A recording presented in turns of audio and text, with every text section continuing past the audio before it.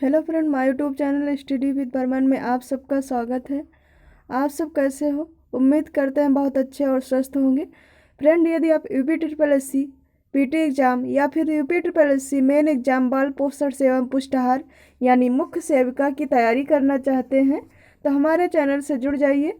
Channel से जुड़ने के लिए करना होगा एक छोटा सा काम, यानी जो आपको रेड कलर का सब्सक्राइब बटन दिख रहा है उसे प्रेस करना होगा और साथ ही बेल आइकन को भी प्रेस करना होगा ताकि हमारे द्वारा आने वाले हर वीडियो का नोटिफिकेशन आपको सबसे पहले मिल सके।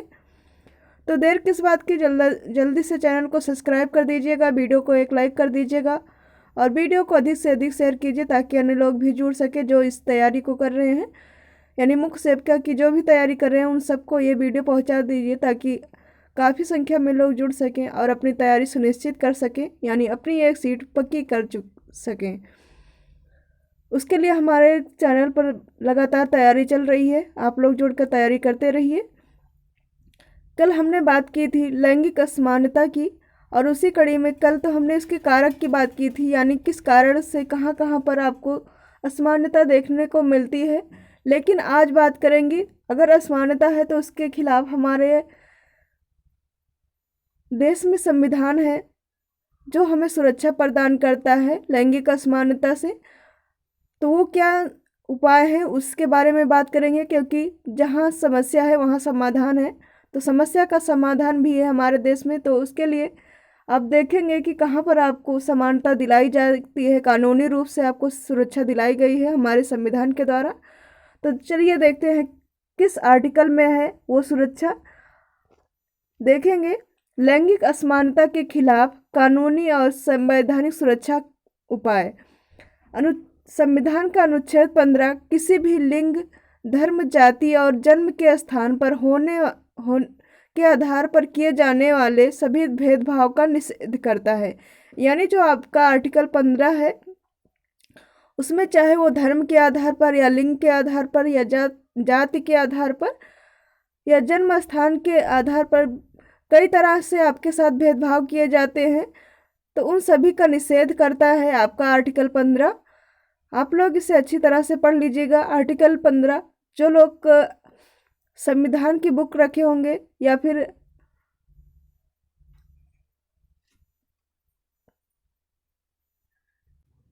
राज्य व्यवस्था को पढ़े होंगे, नहीं पढ़े हैं तो फिर से पढ़ लीजिएगा, अच्छे से पढ़ लीजिएगा। वहाँ पर आपको अच्छे से दर्शाया गया है, सेम यही चीज़ें बताई गई हैं। तो आगे देखेंगे अनुच्छेद 15 यानी आर्टिकल वही है, अनुच्छेद 15 भाग 3 किसी भी राज्य के 15 का अनुच्छेद जो 15 है उसका तीसरा पॉइंट यानी तीसरा भाग जो है, किसी भी राज्य के बच्चों और महिलाओं के लिए विशेष प्रावधान बढ़ाने के लिए अधिकारिता करता है। यानी ये जो आर्टिकल 15 है, 15 का भाग 3 है, उसमें और किसी भी राज्य के बच्चों और महिलाओं के लिए विशेष प्रावधान करता है, यानी विशेष जो भेदभाव होते हैं उनसे सुरक्षा प्रदान करता है। आगे देखेंगे, इसके अलावा नीति निर्देशक तत्व भी ऐसे बहुत से प्रावधानों को प्रदान करता है जो महिलाओं की सुरक्षा और भेदभाव से रक्षा करने में मदद करता है। यानी आपका नीति निर्देशक तत्व जो है वो भी आपको सुरक्षा प्रदान करता है।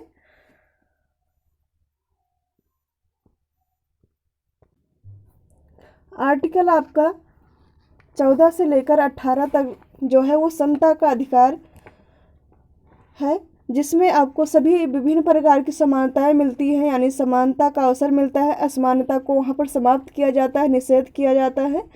तो इसके अंतर्गत ही आपको धर्म, जाति, लिंग के आधार पर जो असमानता होती है उसके भेदभाव से आपको निषेध करता है, चाहे वो छुआछूत हो या अवसर की समानता हो या फिर आर्टिकल आपका 15 हो, जिसमें आर्टिकल 15 के तीसरा पॉइंट जो है बच्चों और महिलाओं के लिए राज्य विशेष व्यवस्था कर सकता है, यानी इसके लिए छुआछूत से या असमानता से। आगे देखेंगे, इसके अलावा आपका जो ये बता रहा है कि नीति निर्देशक तत्व ऐसे भी बहुत से प्रावधानों को करता है जिसमें महिलाओं की सुरक्षा और भेदभाव से रक्षा करने में मदद करता है। तो ये सभी आपकी असमानता को रोकने का प्रयास है। आगे देखेंगे असमानता को समाप्त करने के प्रयास। ये क्वेश्चन आपके पूछे जाएंगे तो वहाँ पर आपको पॉइंट के रूप में मिलेगा ये सारी चीज़ें। यहाँ डिटेल है लेकिन वहाँ पर आपको पॉइंट के रूप में यही चीज़ें मिलेंगी। तो देखेंगे असमानता को समाप्त करने के क्या क्या प्रयास किए जा रहे हैं।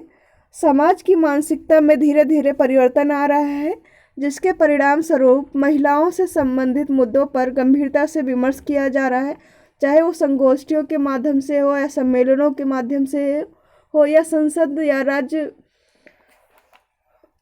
राज्य में जो भी विशेष कार्यक्रम चलाए जाते हैं, कार्यक्रम उनके द्वारा लोगों को जागरूक किया जा रहा है, उनके मानसिकता को परिवर्तित किया जा रहा है कि सभी को समान रूप से समझाया जा रहा है, उनको अधिकार दिए जा रहे हैं, चाहे महिला हो या बच्चे हो, सभी को। आगे देखेंगे जैसे एग्जाम्पल दिया जा रहा है यहाँ पर, जैसे 3 तलाक, हाजी अली दरगाह में प्रवेश, सबरीमाला मंदिर में प्रवेश, ये सभी मुद्दे जो हैं सरकार तथा न्यायालय सक्रियता के कारण महिलाओं को उनका अधिकार प्रदान किया जा रहा है। ये तीनों चीज आपको एग्जाम्पल दिए जा रहे हैं। बाकी बहुत सारे एग्जाम्पल जहाँ पर महिलाओं ने संघर्ष किया है, उस संघर्ष में पुरुषों ने भी साथ दिया। ऐसा नहीं है कि केवल पुरुष उसके खिलाफ है, कुछ पुरुष हैं जो समाज जो है वो खिलाफ है, लेकिन उसी में वही पुरुष महिला मिलकर संघर्ष करते हैं और अपना अधिकार ले भी रहे हैं। तो आगे देखेंगे राजनीतिक प्रतिभाग के क्षेत्र में भारत लगातार प्रयास कर रहा है। इसी के परिणाम स्वरूप वैश्विक लैंगिक अंतराल सूचकांक 2020 के राजनीतिक सशक्तिकरण और भागीदारी मानक पर अन्य बिंदुओं की अपेक्षा भारत को 18वां स्थान प्राप्त है। आप लोग इसे स्क्रीनशॉट ले लीजिएगा, ये आपके क्वेश्चन में आ सकता है कि भारत जो है वो राजनीतिक क्षेत्र में वैश्विक लिंग अंतराल सूचकांक में कौन सा स्थान प्राप्त कर चुका है। तो ये है आपका 18वां स्थान प्राप्त कर चुका है भारत। आगे देखेंगे, ये भी पॉइंट आपके लिए बहुत इंपॉर्टेंट है। मंत्रिमंडल में महिलाओं की भागीदारी पहले से 23% हो गई है, यानी पहले बहुत कम थी, अब 23% हो गई है, तथा इसमें भारत विश्व में 69वें स्थान पर है। ये भी आपके लिए इसमें 2 क्वेश्चन बन रहे हैं। एक तो महिलाओं की भागीदारी जो है वो 23% हो गई है, और दूसरी विश्व में जो है भारत जो है असमानता के खिलाफ यानी समानता के क्षेत्र में आगे बढ़ने वाले स्थिति में वो 69वें स्थान पर है। आगे देखेंगे उसके अंतर्गत जो योजनाएं चलाई जा रही हैं, Beti Bachao Beti Padhao, one stop centre योजना, ये हमने क्वेश्चन में कराया है आपको। महिला हेल्पलाइन योजना, महिला सशक्ति केंद्र जैसी योजनाओं के माध्यम से महिला सशक्तिकरण का प्रयास किया जा रहा है। यानी इन सभी योजनाओं के द्वारा महिलाओं को आगे बढ़ने का प्रयास किया जा रहा है, बढ़ाने का प्रयास किया जा रहा है। वो कई योजनाएं, अभी यहाँ पर 2-3 ही योजनाएं बताई जा रही है, लेकिन कई योजनाएं हैं जिसके द्वारा महिलाओं को सशक्त किया जा रहा है। तो ये है आपकी असमानता को तोड़ने का प्रयास किया जा रहा है, यानी समानता के लिए अग्रसर किया जा रहा है। आगे देखेंगे लैंगिक असमानता को दूर करने के लिए कानूनी प्रावधानों के अलावा किसी भी देश के बजट में महिला सशक्तिकरण तथा यहाँ पर शिशु रहेगा, शिशु कल्याण के लिए दिए जाने वाले धन आवंटन के उल्लेख जेंडर बजटिंग कहा जाता है। यानी जो महिला और शिशु के लिए जो बजट आवंटित किया जाता है उसे जेंडर बजटिंग कहा जाता है। ये भी क्वेश्चन आपका बन सकता है, आप इसे स्क्रीनशॉट चाहे तो ले सकते हैं। यानी जब क्वेश्चन पूछा जाएगा कि महिला एवं शिशु के लिए जो धन आवंटन किया जाता है बजट में, उसे किस नाम से जाना जाता है, तो वो होगा आपका जेंडर बजटिंग, यानी जेंडर बजटिंग के नाम से जाना जाता है। दरअसल जेंडर बजटिंग शब्द विगत 2-3 दशकों में वैश्विक पटल पर उभरा है, जिसके जरिए सरकारी योजनाओं का लाभ महिलाओं तक पहुंचाया जाता है इसके द्वारा। आगे देखेंगे हमारे इसी टॉपिक नंबर 2 में लास्ट पॉइंट चल रहा है धर्म। धर्म के बाद धर्म और भाषा है, इसमें देखेंगे धर्म। बहुत ज़्यादा हमने डिटेल नहीं दी है, थोड़ा थोड़ा करके जो आपके लिए इम्पोर्टेंट है वही लाए हैं, तो आप लोग पूरा देख लीजिएगा ज़रूर।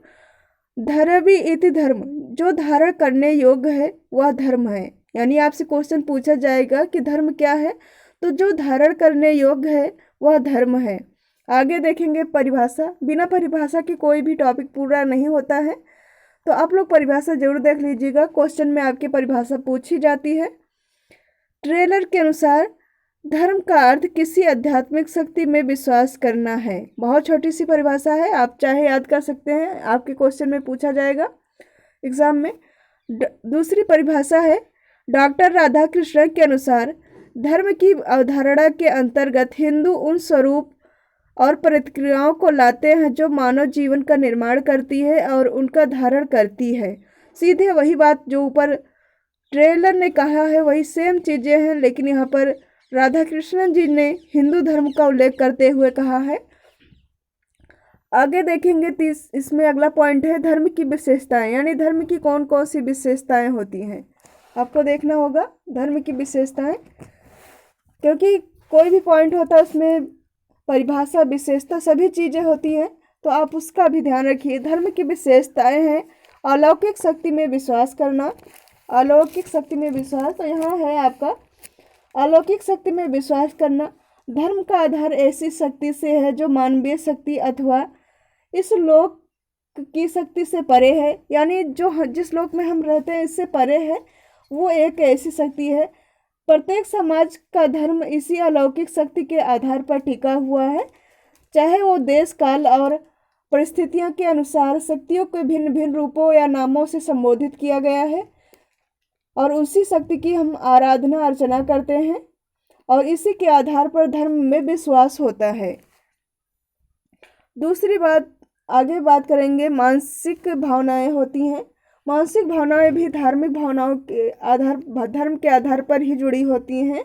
जैसे धर्म का आधार जो है अलौकिक शक्ति को प्रसन्न करना है, धर्म का आधार तर्क न होकर मनोवैज्ञानिक तत्व होते हैं। धर्म का जो आधार मानसिक भावनाएं जुड़ी होती है, उसमें मनुष्य जो है वो तर्क भी करता है, मनोवैज्ञानिक तत्व भी शामिल होते हैं। इसमें तर्क के आधार पर धर्म को समझना अत्यंत कठिन है। धर्म जिन मनोवैज्ञानिक तत्वों पर आधारित है, उसमें धर्म जो है वो श्रद्धा से, प्रेम से, आतंक से, भय से, वेदना से तथा विह्वलता से जुड़ा हुआ होता है, और इन्हीं मानसिक शक्तियों के आधार पर व्यक्ति अलौकिक शक्तियों के नज़दीक पहुंचने का प्रयास करता है, चाहे वो श्रद्धा के अनुसार हो। किसी धर्म में को मानने वाले श्रद्धा से, प्रेम से उससे जुड़े होते हैं, वो उनकी मानसिक भावनाएं होती हैं। धार्मिक व्यवहार देखेंगे अगला पॉइंट। धर्म का आधार अलौकिक शक्ति को प्रसन्न करना है। उस शक्ति को प्रसन्न करने के लिए व्यक्ति विभिन्न प्रकार के व्यवहार करते हैं, चाहे वो पूजा हो, अर्चना हो, वंदना हो, या कुछ और तरीके के कार्य करते हैं, चाहे नृत्य हो या फिर शारीरिक कष्ट हो या कर्मकांड हो या यात्रा हो, ये सभी कार्य करते हैं धार्मिक व्यवहार के अंतर्गत। आगे देखेंगे धार्मिक प्रतीक। सभी धर्म के कुछ ना कुछ प्रतीक होते हैं, चाहे वो हिंदू धर्म हो या मुस्लिम धर्म हो या ईसाई धर्म हो, सभी धर्मों के कुछ ना कुछ प्रतीक होते हैं। जैसे कुछ धर्मों में मूर्ति का प्रतीक होता है, कुछ में धूप बत्ती का प्रतीक होता है, कुछ आसन, रेशमी वस्त्र, पवित्रता, जैसे रामायण, गीता, सभी ये धर्म के प्रतीक ही हैं। और धार्मिक श्रेणियाँ भी होती हैं। आगे देखेंगे 5 पॉइंट है इसमें धार्मिक श्रेणियाँ। प्रत्येक समाज में सामाजिकरण स्तर पाया जाता है, चाहे वो व्यक्ति को ऊंचे और नीचे पदों पर, भिन्न भिन्न पदों पर विभाजित किया जाता है, चाहे जैसे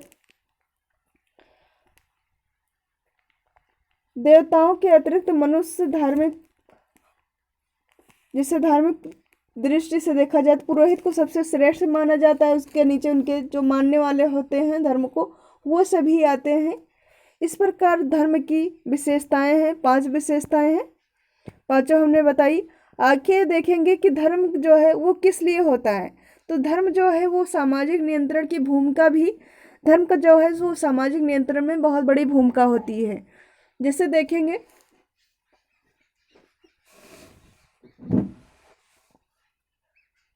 सामाजिकरण, पहला है धार्मिक भूमिका जो है वो सामाजिकरण है। यहाँ पर सामाजिकरण में जैसे धर्म का संबंध भावनाओं से होता है, इस दृष्टि से धर्म जो है व्यक्ति के अंदर अनेक सामाजिक गुणों को विकसित करता है, जैसे दयावान बनना, स्नेह बनना, सेवा करना, सहयोग करना। ये सभी जो है सामाजिकरण होता है। मनुष्य को ये सामाजिकरण गुण जो है वो धार्मिक पुस्तकों के द्वारा या धर्म के द्वारा या सामाजिकरण इसी के द्वारा मिलता है, धर्म के द्वारा। दूसरा देखेंगे, और इसी के द्वारा व्यक्ति जो है सामाजिकरण में जो ये धर्म, सेवा, स्नेह है, इसी के द्वारा व्यक्ति जो है वो अधर्म करने से रुकता है, यानी नियंत्रण प्राप्त करता है। और दूसरा देखेंगे धार्मिक संगठनों की प्रेरणा। तो इसमें ये है आपका दूसरा पॉइंट, धार्मिक संगठनों की प्रेरणा। तो धार्मिक संगठनों की प्रेरणा जो है वो सामाजिक नियंत्रण के क्षेत्र में धर्म का दूसरा महत्वपूर्ण कार्य है। इसके अंतर्गत जो है, इसके माध्यम से समाज में विभिन्न प्रकार के धार्मिक संस्थाओं और संगठनों का विकास होता है। ये धार्मिक संगठन और संस्थाएं जो है समाज में स्थिरता स्थापित करती हैं। इसका यही कारण है कि धर्म का आधार विकास, विश्वास और आस्था है, जिसके परिणाम स्वरूप व्यक्ति में बदलती हुई परिस्थितियों में भी संगठित और संस्थाओं की उपेक्षा नहीं करता है। और इसका परिणाम यह होता है कि समाज में सदस्यों के व्यवहारों में नैतिकता का विकास होता रहता है। व्यक्ति का जो सामाजिक संगठन हुआ शक्तिशाली बनता है। आगे देखेंगे सद्गुणों का विकास भी होता है। सामाजिक नियंत्रण में धर्म के आधार पर जो है वो सद्गुणों का विकास भी होता है। धर्म ऐसी सामाजिक संस्था है जिसके माध्यम से मनुष्यों में सद्गुणों का समुचित विकास होता है। इसमें एक राइटर हैं, विद्वान है, उनका नाम लेना चाहेंगे, हाफडिंग, जिन्होंने बताया है कि धर्म बनाया नहीं जाता, इसका विकास तो मानव के जीवन संघर्षों की उमंगों से ही होता है। यानी जो मनुष्य जीवन है उसके संघर्ष और उसकी जो उमंग होती है उसी से धर्म का उदय होता है। विकास की परंपरा में अपने अनुभवों के आधार पर मनुष्य जिन मूल्यों को उचित समझता है, प्रत्येक परिस्थितियों में मनुष्य उन्हीं मूल्यों को अटल रहने की प्रेरणा से ही धर्म का जन्म होता है। आगे देखेंगे सामाजिक समस्या के समाधान में सहायक। ये आपके नियंत्रण में है, यानी धर्म जो है वो सामाजिक नियंत्रण में है, तो सामाजिक समस्या के समाधान में भी सहायक होता है आपका धर्म। यदि हम मानव समाज के इतिहास का अवलोकन करें, यानी इतिहास को देखें, थोड़ा पीछे जाकर देखें, तो मानव जीवन जो है अनेक प्रकार की सामाजिक समस्याओं से ग्रस्त था। इन समस्याओं के समाधान के लिए समाज में अनेक संगठनों और संस्थाओं का जन्म हुआ। धर्म के माध्यम से हम अनेक सामाजिक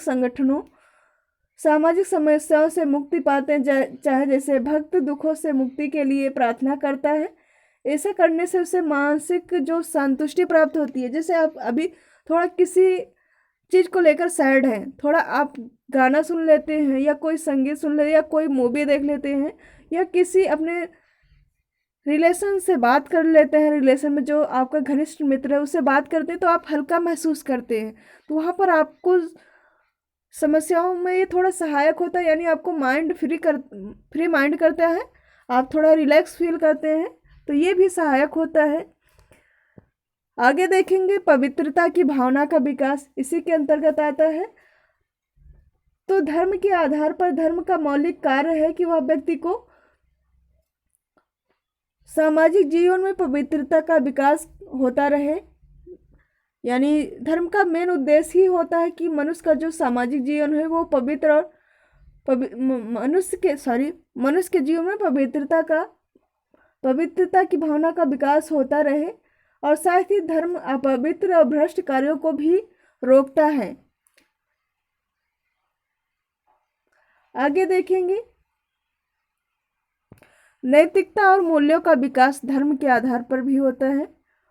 आपको प्रत्येक धर्म में नैतिक कर्तव्यों का मूल बताया जाता है, चाहे जो धर्म हो सभी में बताया जाता है। तो देखेंगे आगे, धर्म समाज का वह आधार है जिसके माध्यम से समाज में मानवीय मूल्य और नैतिक भावनाओं का विकास होता है। सुरक्षा की भावना लास्ट देखेंगे, धर्म के माध्यम से व्यक्ति अपने को सुरक्षित महसूस करता है। धार्मिक लोगों का ऐसा विश्वास होता है कि जन्म मृत्यु जो है वो भगवान के हाथ में है।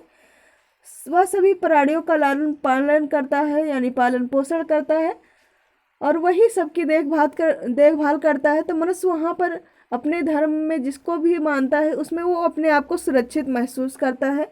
इस प्रकार आज की रही ये आपकी जो है धर्म जो है सामाजिक नियंत्रण में कितना सहायक है, इन सभी के बारे में हमने बात की। आगे देखेंगे भारत में जो है धर्मों का उल्लेख हुआ है, वो 7 धर्मों का उल्लेख मिलता है। भारत में जो है वो 7 धर्मों का उल्लेख मिलता है। पहला है हिंदू धर्म, मुस्लिम धर्म, सिख धर्म, ईसाई धर्म और जैन, बौद्ध जैन और पारसी धर्म। इतने 7 धर्म आपको देखने को मिलते हैं भारत में, इनका उल्लेख मिलता है। सबसे अधिक जो है वो हिंदू धर्म, उसके बाद मुस्लिम, आबादी के आधार पर बता रहे हैं, उसी के आधार पर हमने लिखा है, आप चाहे तो नोट कर सकते हैं। उसके बाद सिख है, ईसाई है, फिर जैन, यहाँ पर बौद्ध पहले रहेगा, उसके बाद जैन रहेगा, यानी बौद्ध धर्म को मानने वाले ज़्यादा हैं जैन की अपेक्षा। उसके बाद पारसी हैं। आगे हमारा धर्म और भाषा में लास्ट था भाषा, उस पर भी बात करेंगे। आज पूरा कंप्लीट कर देंगे टॉपिक नंबर 2 आपका। कल से आपको इन सब के क्वेश्चन मिल जाएंगे। तो चलिए देखते हैं भाषा, बहुत अच्छी चीज़ है। सबसे पहले यहाँ पर क्वेश्चन है, आप चाहे तो नोट कर सकते हैं। भाषा किसे कहते हैं? अपनी बात विचार लोगों तक पहुँचाने का माध्यम जो है वो भाषा कहलाती है। यानी कोई भी व्यक्ति हो वह अपनी जो बात विचार लोगों तक पहुँचाता है उसका माध्यम होता है भाषा। आप चाहे जो भी अपने मन में सोचते हैं वो भी भाषा का ही एक रूप है। भाषा का अर्थ कहना या बोलना। परिभाषा देखेंगे, हमने पहले भी कहा कि बिना परिभाषा के टॉपिक अधूरा होता है। तो देखेंगे परिभाषा, कामता प्रसाद के अनुसार, ये बहुत अच्छे हिंदी के विद्वान हैं, भाषाविद हैं। इनके अनुसार देखिए क्या कहते हैं वो भाषा के माध्यम, भाषा को, भाषा वह साधन है जिसके द्वारा मनुष्य अपने विचारों को दूसरों पर भली भांति प्रकट कर सकता है। यानी ये भी वही कह रहे हैं जो हमने ऊपर बताया आपको कि भाषा ही एक ऐसा साधन है जिसके द्वारा मनुष्य जो है अपने विचारों को दूसरों पर भली भांति प्रकट करता है, यानी अपने विचारों को दूसरों तक पहुंचाता है। चाहे वो लिखित माध्यम से हो या मौखिक माध्यम से हो, दोनों भी माध्यम से हो सकता है, या फिर सांकेतिक माध्यम से हो। आगे देखेंगे भाषा की विशेषताएं, ये भी आपके क्वेश्चन में आता है। तो देखेंगे भाषा की कौन कौन सी विशेषताएं होती हैं। भाषा प्रतीकात्मक होती है, भाषा ध्वनिमय होती है, भाषा का संबंध मनुष्य से है, भाषा परिवर्तनशील है, भाषा की क्षेत्रीय सीमा होती है, भाषा सरलता एवं प्रौढ़ता की दिशा में सतत गतिशील होती है, भाषा समाज के सांस्कृतिक विकास एवं पतन के साथ भाषा विकास एवं पतन से सीधे जुड़ी होती है। यानी किसी भी समाज का जैसे पतन होता है वैसे भाषा का भी साथ में ही पतन होता है। अगर विकास हो रहा है तो भाषा का भी विकास होता है। जैसे आप देख सकते हैं, पहले एक बहुत अच्छी भाषा पाली थी। पाली जो है वो बौद्ध धर्म की विशेष भाषा थी और वही भाषा जो है अब उसका पतन हो चुका है, क्योंकि बौद्ध धर्म का भी पतन हो चुका है। बहुत कम मात्रा में बौद्ध धर्म वाले मिलते हैं, तो उसी के अनुसार वो भाषा का भी पतन हो गया। आप एग्जाम्पल के तौर पर देख सकते हैं। आगे देखेंगे भाषा के रूप। प्रत्येक देश में भाषा के मुख्यतः 3 रूप उभर कर सामने आते हैं जो निम्नलिखित हैं। भाषा का रूप है बोलियां, परिनिष्ठित भाषा, राष्ट्रभाषा या राज्य भाषा। तो बोलियां जो क्षेत्रों में, विभिन्न क्षेत्रों में बोली जाने वाली बोलियां होती हैं, जैसे आपकी अवधी हुई, भोजपुरी हुई, बंगाली हुई, ये सभी जो है, बुंदेलखंडी हुई, ये सभी आपकी बोलियां हैं। और परिनिष्ठित भाषा वो होती है जो व्याकरण की भाषा होती है, वो परिनिष्ठित भाषा होती है। राष्ट्रभाषा या राज्य भाषा वह भाषा कहलाती है जो किसी भी राज्य के प्रशासनिक कार्य जिसमें किए जाते हैं वह भाषा आपकी राष्ट्रभाषा या राज्य भाषा कहलाती है। आगे देखेंगे हिंदी की उपभाषाएं। ये सभी आपको क्वेश्चन के रूप में मिलेंगी। आगे जब भी क्वेश्चन आएगा तो आपको उसमें ये सारी चीज़ें मिलेंगी। आप लोग चाहें तो इसे, अगर PDF लेना चाहे तो हमारे टेलीग्राम चैनल से जुड़ जाइएगा, वहाँ पर आपको PDF प्रोवाइड करा देंगे, वहाँ से आप लोग अपने तरीके से पढ़ सकते हैं, अच्छे से पढ़ सकते हैं। हिंदी भाषा की 5 उपभाषाएं हैं: पूर्वी हिंदी, पश्चिमी हिंदी, राजस्थानी हिंदी, बिहारी हिंदी, पहाड़ी हिंदी। आपको क्वेश्चन पूछा जाता है कि हिंदी की कितनी उपभाषाएं हैं, तो हिंदी की 5 उपभाषा है। ये पांचों हैं। आप लोग चाहे तो स्क्रीनशॉट भी ले सकते हैं। बोलियां देखेंगे, आपने उपभाषा देख ली, अब बोलियां देखिए। पश्चिमी हिंदी जो है, जो उपभाषा थी, उसकी जो बोलियां हैं उसमें कौन कौन सी आएंगी पश्चिमी हिंदी के अंतर्गत? खड़ी बोली यानी कौरवी, ब्रजभाषा, बुंदेलखंडी, बुंदेली, हरियाणवी, इसे बांगरू भी कहा जाता है, और कन्नौजी। पूर्वी हिंदी में कौन कौन सी आएंगी? अवधी, बघेली, छत्तीसगढ़ी। राजस्थानी हिंदी में मारवाड़ी, जयपुरी, मेवाती, मालवीय। और पहाड़ी हिंदी में आएगी आपकी गढ़वाली, कुमाऊनी, नेपाली। बिहारी हिंदी में मैथिली, मगही, भोजपुरी। ये सभी आपकी बोलियां हैं। बोलियां टोटल 18 हैं, जैसे आप लोग देख सकते हैं। क्वेश्चन में पूछा भी जा सकता है कि हिंदी की कुल कितनी बोलियां हैं, तो कुल 18 बोलियां हैं, जो हमने अभी आपको 5 भागों में बताया, जो उपभाषा के अंतर्गत 18 बोलियां आती हैं। आगे देखें, आगे अगला पॉइंट, उत्तर प्रदेश की राजकीय या फिर राष्ट्रभाषा, राजभाषा या राष्ट्रभाषा ऑब्लिक रहेगा, हिंदी है। यानी उत्तर प्रदेश की जो राजभाषा है या राष्ट्रभाषा है वो हिंदी है। आपको भी एक पॉइंट, इसमें भी एक एक क्वेश्चन बन रहा है, हर लाइन में एक क्वेश्चन बन रहा है। आप लोग अच्छे से देखिएगा, ध्यान से देखिएगा। उत्तर प्रदेश की द्वितीय भाषा उर्दू को 1989 में बनाई गई। यानी उत्तर प्रदेश की दूसरी भाषा जो राजभाषा का दर्जा प्राप्त हुआ वो उर्दू को प्राप्त हुआ। ये भी एक पॉइंट है आपके लिए, एक क्वेश्चन बन रहा है। आगे देखेंगे, राजभाषा किसी भी प्रदेश की राज्य सरकार के द्वारा उस राज्य के अंतर्गत प्रशासनिक कार्यों को संपन्न करने के लिए जिस भाषा का उपयोग किया जाता है राजभाषा कहलाती है। तो आज की थी ये क्लास। आप लोग को क्लास कैसी लगी कमेंट के माध्यम से ज़रूर बताइएगा। और प्रत्येक लाइन में आपके लिए क्वेश्चन है, इसलिए आप लोग बिना स्किप किए हुए पूरी क्लास देखनी है। आप लोग को बहुत ही इम्पोर्टेंट क्लास है। चैनल पर जो लोग पहली बार विजिट कर रहे हैं प्लीज़ चैनल को सब्सक्राइब कर दीजिएगा, वीडियो को एक लाइक कर दीजिएगा और वीडियो को अधिक से अधिक शेयर कीजिएगा। मिलते हैं कल नेक्स्ट क्लास में। और आपके लिए सभी जो पॉइंट नंबर 2 है, यानी टॉपिक नंबर 2 है, इसके सारे क्वेश्चन आपको मिलेंगे। सभी जितने भी इसमें पॉइंट दिए गए सभी के क्वेश्चन आपको कल मिल जाएंगे। तो कल तैयार रहिएगा क्वेश्चन करने के लिए। लेकिन पूरा PDF देख लीजिएगा, तभी पूरी क्लास देख लीजिएगा, तभी आपको क्वेश्चन समझ आएगा। और जो लोग PDF लेना चाहते हैं वो हमारे टेलीग्राम चैनल से जुड़ जाइएगा। और ये सारी क्लासेस आपको निःशुल्क मिल रही हैं, फिर भी आप लोग पढ़ते नहीं हैं, तो आप लोग से रिक्वेस्ट है कि पूरी क्लास ज़रूर देखिएगा।